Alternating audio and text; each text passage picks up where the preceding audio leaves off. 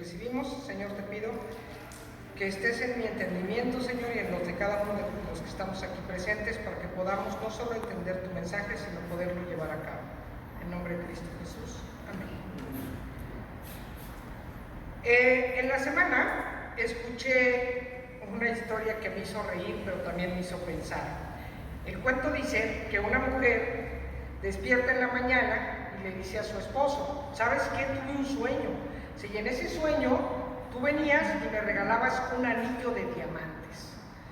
El esposo se le queda mirando y le dice: ¿ah, eso soñaste? Sí, dice, ¿qué significará? Y el esposo le dice tranquilamente: despreocúpate, en la noche lo sabrás. Me hizo pensar el cuento, y cuando empecé a leer las escrituras que me tocaban para el día de hoy, me di cuenta de qué tan fácil a veces nos involucramos en las riquezas de la vida, en las cosas que de alguna manera el mundo nos ofrece y también nos vende como si fuera lo mejor, lo que nos va a dar la grandeza. En Amós nos describe el orgullo, la seguridad, el confort y la sensualidad, y hace énfasis en que las personas que se ocupan de los placeres y del cuidado del cuerpo, sin considerar a los que le afligen. Está bien cuidar el cuerpo, está bien vivir en un confort, pero aquí nos dice muy claramente: te olvidaste de los demás. Dice: ellos irán a la cabeza de los que van a cautividad, y se acercará el duelo de los que se entregan a los placeres. Es muy clara la escritura. Dice: es muy fácil entregarte a los placeres. Y está bien, no se vale decir: ah, ok, nos vamos a quedar aquí viviendo dificultades y tragedias. Pero cuidado, cuando centras tu felicidad, cuando centras ahora sí que te concentras tus esfuerzos en tener y conseguir esos bienes que a la larga nos están advirtiendo el pasaje sobre la importancia de con qué facilidad caemos en vivir en esos bienes, en el confort del mundo. Y nos dice: cuando vayan a morir, y lo vemos después reflejado en la parábola que vimos hoy de Lázaro y el rico, pues se quedan sin nada. De todas maneras, nada te vas a llevar el día de mañana. Y el mensaje dice: el que establece los placeres y la comodidad cae en la indiferencia de los problemas de los demás. Y pensaba yo en mucha gente que de alguna manera sabemos que empieza a tener riquezas y las empieza a adquirir, y entre más riquezas adquiere, parecería que se olvida más de los demás. Nos hemos vuelto, y la verdad esto me da mucha tristeza, pero sí hemos sido una sociedad que se ha vuelto insensible al dolor ajeno. Mientras a mí no me pase, bueno, está muy lejos. Los niños en África mueren de hambre, bueno, sí, pero están allá. Aquí no, aquí en mi casa no, aquí sí hay que comer. Y nos volvemos, a lo mejor nosotros estamos un poco conscientes, pero ¿cuánta de la gente que conocemos no está consciente de esto? Dice: bueno, mientras a mí no me pase, no hay problema, que le pase a los de allá, a los del otro lado. Y en esto nos dice la Biblia: esto es una ofensa a Dios, de tal manera que aquellos que ponen la felicidad en los placeres, de alguna manera van a ser despojados de ellos. En Lucas, en el rico y Lázaro, obviamente nos dice aquí todo lo que representa la espiritualidad, porque no nada más es la riqueza económica, sino también la riqueza espiritual. Y también tiene que ver con la riqueza en mi potencial.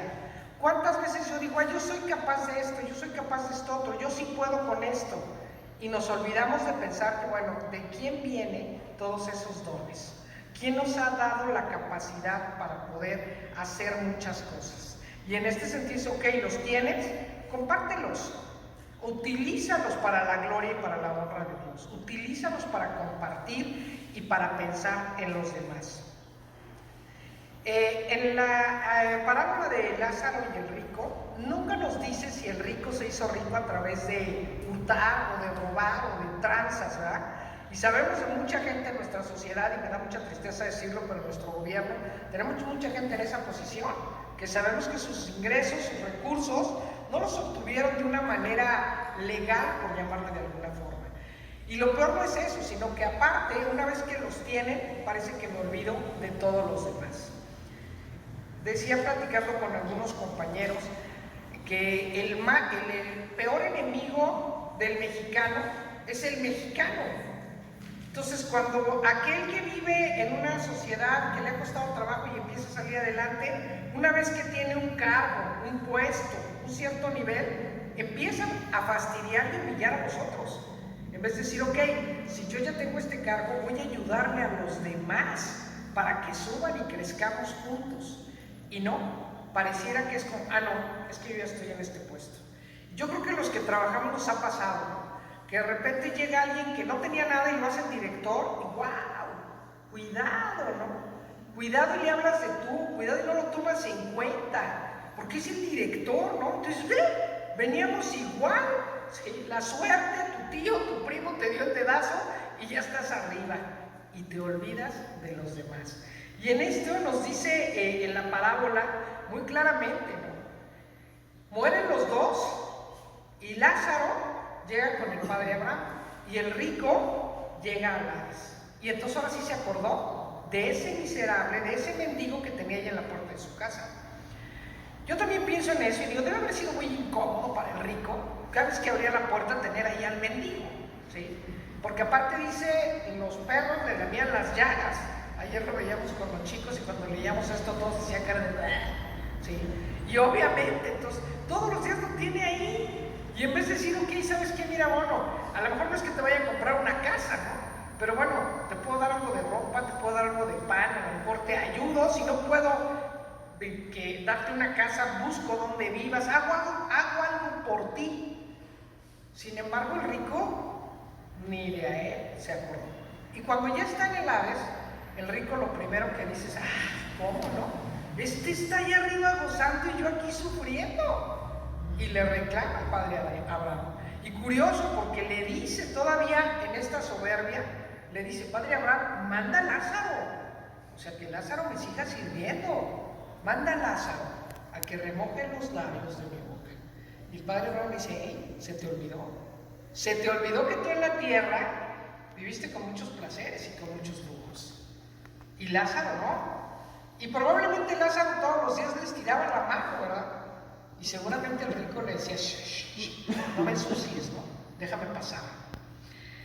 Ayer les decía yo a los chicos y platicábamos esta parábola, la estudiábamos, y decíamos, ¿cuántas veces también nosotros, y sabemos en nuestro país, hay mucha gente que mendiga, hay mucho pedigüeño, ¿sí? Y muchas veces decimos, no le voy a dar dinero. Y no le voy a dar dinero porque sabemos, desafortunadamente, que muchas veces ese dinero no es ni siquiera para llevarse un pan a la boca. Ayer, cuando íbamos aquí sobre López Mateos, ya ni me acuerdo que cayera, soy muy norteado, perdón, pero bueno, íbamos en la calle y se acercó un pequeñín que no alcanzaba ni siquiera la ventana del carro. Yo calculo que debe haber tenido unos 5 años, por la desnutrición parecía de 3. Le decía yo, la desnutrición y la nutrición es importante. Ayer veía el nieto de Ángela que tiene 12 y es un hombrezote. Entonces bueno, este pequeñín, y ya pasó nada más así pidiendo, ¿no? Yo decía, ok, le damos dinero, ni siquiera sabe todavía el valor de eso. Muy probablemente papá se lo quite. Les compartía yo que en Querétaro hubo un gobernador, no me acuerdo en qué año fue la verdad, que lo que hizo fue que vendía tarjetas, y esas tarjetas los mendigos las cambiaban por comida. Fue un proyecto que me encantó, se me hizo maravilloso. Entonces tú podías comprar tus tarjetas y darle a la gente que te pedía y uno podía cambiar por comida. Desapareció rapidísimo. Y uno dice, bueno, ¿qué pasó? ¿Por qué nadie apoyó esa noción? Y ahora los vemos y no siempre les damos. Y a veces nos volvemos indiferentes. Y decimos, bueno, yo llevo mucha prisa, vaya. Ayer decía, bueno, ¿por qué no dejas que te limpie el parabrisas? Y decía, bueno, porque a veces lo traigo limpio y me lo deja más cochino. Y a veces de todas maneras no quieres que te lo limpie. Porque aparte dices, es joven, fuerte, podría trabajar. ¿Qué le estoy haciendo? Estoy fomentándole el seguir pidiendo. Ok, ¿cómo no puedo caer en la indiferencia? Y decíamos ayer, bueno, a lo mejor no sé, ahora que viene Navidad, a veces me da la temporada, no siempre, porque cuando hace mucho calor los dulces se me derretían en el coche, me los comía yo. Entonces ya cuando acordaba ya no traía nada que regalar, ya no lo había comido, ¿no? Entonces dije, bueno, voy a poner galletas saladas, esas no me las como tan seguido, ¿no? Para poder repartir algo de comida. A lo mejor a los niños un dulce, ¿sí? Y es esta parte de no seamos indiferentes al dolor ajeno. Dice, Nos hemos olvidado muchas veces de la aflicción del otro, sin saber que Dios nos está mandando un mensaje de, oye, ponle atención también al otro. Y no solo económicamente, lo repito, sino al otro que le cuesta trabajo. En el trabajo muchas veces también decimos, ay, no, yo no trabajo con este porque este es bien piedra. Ahí se lo encargo a otro, ¿no? Que alguien se encargue de él. Y esta parte yo a veces digo, hey, bajemos de la soberbia. Si yo tengo la capacidad para aprender y para explicarlo, a lo mejor también tengo que ser paciente y poderle explicar al otro con más calma, a aquel que le cuesta más trabajo. Nos dice también, y me encantó esa parte, que el rico le dice a Abraham todo preocupado, oye, ¿sabes qué? Tengo unos hermanos que están igual que yo, manda a alguien, no manda a Lázaro, manda a alguien para que les avise. ¿Por qué avisar hasta el último momento, cuando yo ya estoy en la aflicción? Muchas veces nos acordamos de Dios cuando estamos en la abundancia, cuando estamos bien. Gracias, Dios mío, gracias. Gracias porque yo no estoy como aquel que está bien fregado. Gracias porque yo estoy acá. Y en esta parte creo que al rico, y la respuesta de Abraham es muy clara. Si no escucharon a los profetas, no van a escuchar a nadie. Dice un dicho que nadie escarmienta en cabeza ajena. Pero yo digo, híjole, ¿cuánto nos hemos aferrado a ese dicho? Y entonces decimos, no, hasta que a mí me pase aprendo. Bajemos de la soberbia y aprendamos a escuchar al otro, ¿sí? Y en esta parte creo que queda muy claro. Le dice Abraham, si no oyeron a Moisés y a los profetas, tampoco se persuadirán, aunque alguno se levante de los muertos. Aún así, Jesús se levantó de entre los muertos y mucha gente sigue sin escucharlo. Muchas veces seguimos sin escucharlo. Yo me esfuerzo cada día por tratar de ser una burda ejemplo de lo que Jesucristo nos enseñó. Pero qué difícil es y qué fácil es caer en lo que el mundo nos dice, con esto vas a ser feliz. Con esto estás del otro lado. En la epístola de Timoteo dice, aquellos que hacen del cristianismo un comercio para servir a sus intereses en este mundo y acomodan o predican estas doctrinas, atraen disputas. Porque también muchas veces sacamos un versículo de la Biblia y lo acomodo a mis necesidades. Y nos dice ahí, estos traerán disputas y corrupción. Se privan de la verdad. Y me encanta ahora que me están dando esta oportunidad, porque a lo mejor yo antes me sentaba, igual que muchos de nosotros, y escuchaba las lecturas, pero no me daba la tarea de encontrar una relación entre las lecturas. Son como las lecturas que tocó este domingo. Está bien, ¿sí? Y en esta parte creo que es, ok, ubiquemos, no son pasajes sueltos. Tenemos que ver todo en el contexto y cuál es el mensaje que realmente se nos da. También me llamó mucho la atención que dice, el piadoso ciertamente será feliz en este mundo y en el otro. Y entonces me dio la tarea de buscar qué era la piedad, porque sí la entendemos, a veces la relacionamos nada más con la escultura de Miguel Ángel, que es hermosa por cierto. Sí, la piedad, aquella escultura. Sí, hay veces que dicen, no, si me da lástima. Yo digo, híjole, no sé, esa palabra no me gusta, porque una cosa es que tengas misericordia para el otro, que tengas piedad para, ay, pobre de este, pero quítalo de aquí, ¿no? Que no me estorbe, que no me ensucie. Y dice, ser piadoso, dice, es una virtud que por el amor de Dios nos inclina hacia los actos de compasión y de amor al prójimo. Ojo, dice, es un sentimiento de pena por el que sufre, pero que impulsa a ayudarlo. No solamente es tener pena por el que sufre, sino qué voy a hacer por ese que está sufriendo. ¿Qué puedo hacer? Dice, no es una acción correcta que se realiza por un sentido del deber, y esto me encantó, sino la virtud espontánea que surge del Cristo que mora dentro de nosotros y la reflejamos. Es decir, no lo ayudo porque tengo que, sino lo ayudo porque me nace ayudarlo. Y en esta parte creo que cuando hacemos una obra de caridad para que realmente caiga en los parámetros de la piedad, tiene que ser porque me nace hacerlo. Porque hay un Dios que me ama y es un reflejo del amor que Él me da, que puedo proyectar hacia otros. Muchas veces decimos como el fariseo, ¿quién me está viendo para hacer una obra de caridad? ¿Quién me ve? Hey, voy a darle 100 pesos, 100 pesos. Aquí abanico el billete antes de dárselo. Eso no tiene que ver con la piedad. Eso tiene que ver con mi deseo de quedar bien socialmente. Y eso no es válido desde el punto de vista de Dios. ¿Por qué? Porque se tiene que nacer de ti. Si puedo dar, y me acuerdo mucho porque desde niña aprendí ese cuento de la viuda que da su pequeña moneda y la da con todo el deseo. ¿Sí?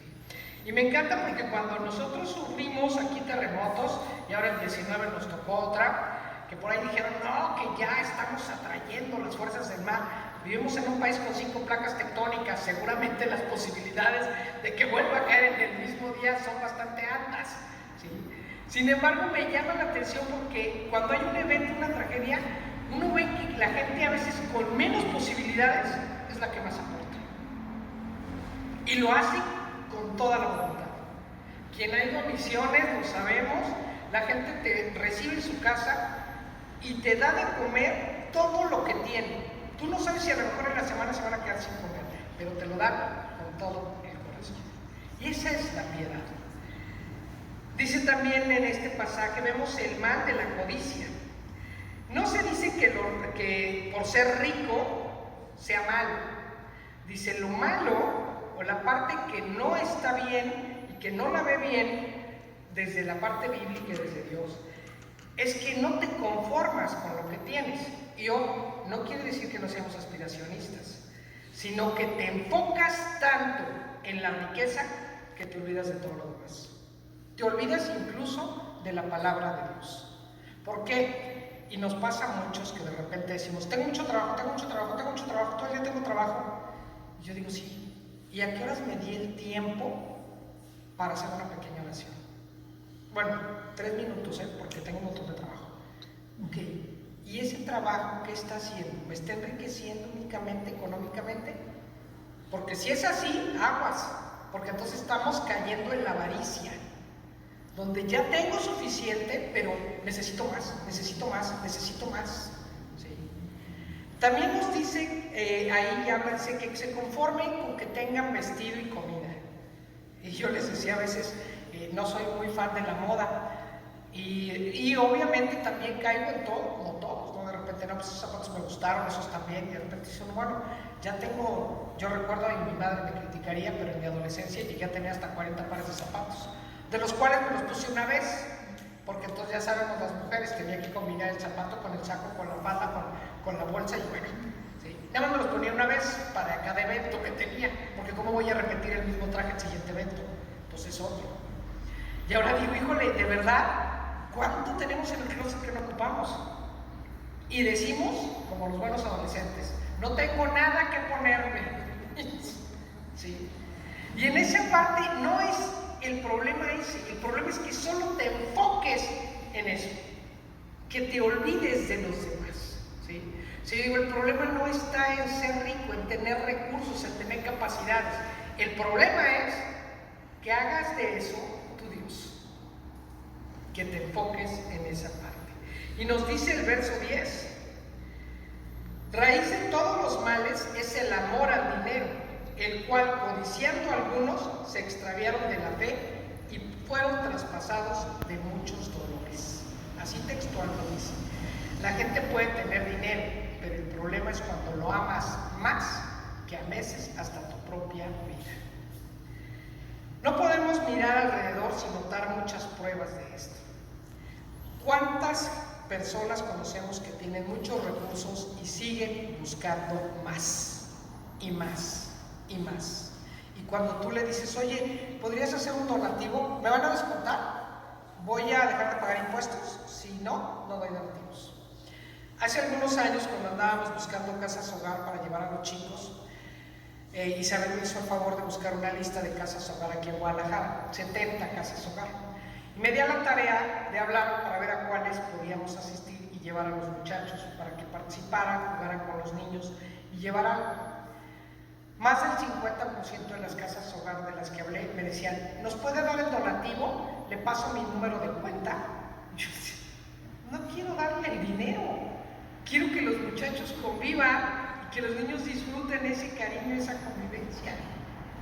Y nos tocó ir a algunas, y cuando íbamos a la casa hogar y de repente buscamos una cuerda para colgar una piñata, una de las niñas le dijo a Miguelina, acompáñame, está en tal parte. Se fueron. Cuando regresó Miguel me dijo, vieras la bodega que tiene, está llena de ropa, juguetes, cobijas, y los niños no tienen. Dijimos, ¿qué pasó? ¿Qué pasó ahí? No las entregaban. No las entregaban. El recurso se quedaba ahí. Yo hablé con el director y me dijo, bueno, es que a veces tenemos que venderlo para pagar otras cosas. Ok, pero lo cierto es que a lo mejor puedes vender un porcentaje, pero no dejes a los niños sin sus necesidades básicas, ¿sí? Ese día, no hay ninguno de los que fue, sí, Inés, si ustedes recordarán, les regalamos tenis y juguetes. Eran juguetes que había donado la congregación. El grupo de jóvenes se dedicó a lavarlos, peinarlos, repararon carritos, muñecos, y los niños estaban felices y nos decían, estos tenis son míos, un par de tenis, y era la imitación de Vans porque no alcanzó para más, pero finalmente no nos preguntaban la marca, era, son solo para mí, no son de los que me donaron de hace 3 o 4 generaciones, sino que son míos. Y esa es la parte que nos invita a decir, ok, sí se vale que tengas recursos, se vale que te esfuerces por vivir mejor, pero no dejes de lado la piedad. Dice incluso el pasaje, que los ricos no sean altivos y no poner su esperanza en la riqueza, sino en el Dios vivo que nos da todas las cosas en abundancia para que las disfrutemos. Y se disfruta más cuando lo compartimos. Nos dice que hagamos el bien, que seamos ricos en buenas obras, dadivosos y generosos, atesorando para nosotros buen fundamento para lo venir. Sí, no dice que tires todo y te olvides del día de mañana, porque vamos a envejecer si Dios no lo permite. Piensa, vas a llegar a una edad en la que vas a tener que tener ciertos recursos, porque el trabajo, sobre todo aquí en México y en muchos países, ya no te van a dar, y también a lo mejor tampoco vas a poder. O sea, no descuides esa parte, pero también echa vida de la vida eterna. O sea, ¿qué quiero yo para el más allá? No atesores aquí, o sea, atesora en buenas obras, en piedad, sé precavido. Es decir, que nos fijemos en lo que hacemos hoy conforme a las enseñanzas de Jesús, que recibimos el regalo de la vida eterna. Finalmente, el último pasaje fue el del Salmo 146, y inicia diciendo, nuestro deleite está en alabar al Señor mientras vivimos. Y la verdad es que ahí me volví a detener un buen rato, porque ya hace algún tiempo, incluso en un estudio de damas, yo les preguntaba, y era algo que me traía en jaque desde hace mucho tiempo, ¿por qué Dios pide que lo alabemos? Yo decía, ¿qué Dios tan narcisista? O sea, ¿por qué me pide que lo alabemos? De verdad era algo que no lograba entender. Y en la semana dije que iba a hacer ejercicio, nada más hice 3 días, ¿verdad? Pero bueno, pero ya empecé. Me salgo a caminar, lo hice durante la pandemia, y generalmente me voy escuchando algún mensaje. Hay varios predicadores que me gustan mucho, uno es Danilo Montero, otro es Joel Austin y otro es el pastor Francisco de la iglesia Cela en Cuernavaca. Entonces calculo también mis tiempos porque sus servicios duran más o menos 45 minutos, así que aprovecho y no regreso a casa hasta que termine el servicio, ¿sí? Y algo de lo que escuché respondió mi pregunta, ¿por qué Dios pide que lo alabemos? No es porque sea un Dios narcisista. Y entendí, y quiero creer, porque le pedí a Dios que me iluminara para entender esto, porque yo le alegaba mucho a Dios en mis oraciones, ¿por qué tan narcisista? ¿Por qué tenemos que andar alabando? Sí. Y entendí esta parte que tiene que ver con que nuestra naturaleza humana, Dios nos hizo paréntesis, Dios nos hizo a su imagen y semejanza. Y creo que a su imagen y semejanza es el que nos dio la capacidad de amar, la capacidad de pensar, pero también nos dio la voluntad. Y en esta voluntad, a pesar de que somos hijos de Dios y éramos perfectos, caímos con facilidad en la imperfección. Y en esta imperfección, el hombre parece que tiene una necesidad de buscar un ser supremo, algo que le diga cómo le va a ir, en quién confiar. Y tenemos a la gente que confía en los horóscopos, y es impresionante cómo confía en los horóscopos. Pareciera que hay una necesidad de tener un Dios. Y entonces dije, con razón el primer mandamiento dice, no te vayas con otros dioses. Si quieres mi misericordia, si quieres estar conmigo, no se te olvide que yo fui tu creador, que yo soy tu creador. Y en ese sentido dije, ok, me queda claro, si no te alabara a ti, seguramente alabaría a Thor, o a Superman, o a alguno de otros, ¿sí? Porque a ese lo veo, ¿sí? O simplemente a Tlaloc. Pareciera que es inherente a nosotros esta necesidad. Y entonces entendí esto, y también en ese mismo salmo, que me ayudó a entender también esto, el salmista nos dice, no confíes en los príncipes, porque no hay en ellos salvación. ¿Qué es el príncipe? Acaba de morir la reina Isabel II, y creo que vemos todo el glamour, toda la pompa, toda la inversión que hay en esa familia. Y yo también me pregunto, por ahí hay un libro que se llama Cain y Abel, no me recuerdo el autor, y dice, y William, ¿por qué nació ahí y yo acá? ¿Cómo por qué, no? ¿De dónde? ¿Qué hizo la reina Isabel bien y que no hizo mi mamá? Para que el otro naciera allá y yo acá. O sea, en realidad nada. Y en este salmo nos dice, hey, no te olvides, no son las riquezas lo que te va a dar la gloria y la vida eterna. No son las riquezas lo que Dios promueve, ¿sí? El salmista nos anima entonces a depositar la confianza en Dios. Dice, tengan esperanza en su providencia, porque todo lo que necesitamos en la vida proviene de Él, y Él nos lo va a dar. Y nos dice, bienaventurado aquel cuyo ayudador es el Dios de Jacob, cuya esperanza está en Jehová su Dios. Nos describe también una serie de acciones que Dios es capaz de hacer, desde darnos esta libertad, ¿sí? Libertad a los cautivos. ¿Y ser cautivos de qué? Los jóvenes son muy propensos, y a veces también los adultos, a caer en las adicciones. Y decimos, no, yo no soy adicto, pero a ver, ¿cuánto dinero tengo? Perdón, ¿te hiciste adicto al dinero? ¿Sí?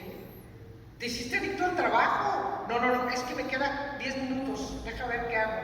¿Sí? Pero no puedo decir, oye, estos 10 minutos se los voy a dedicar, no sé, a simplemente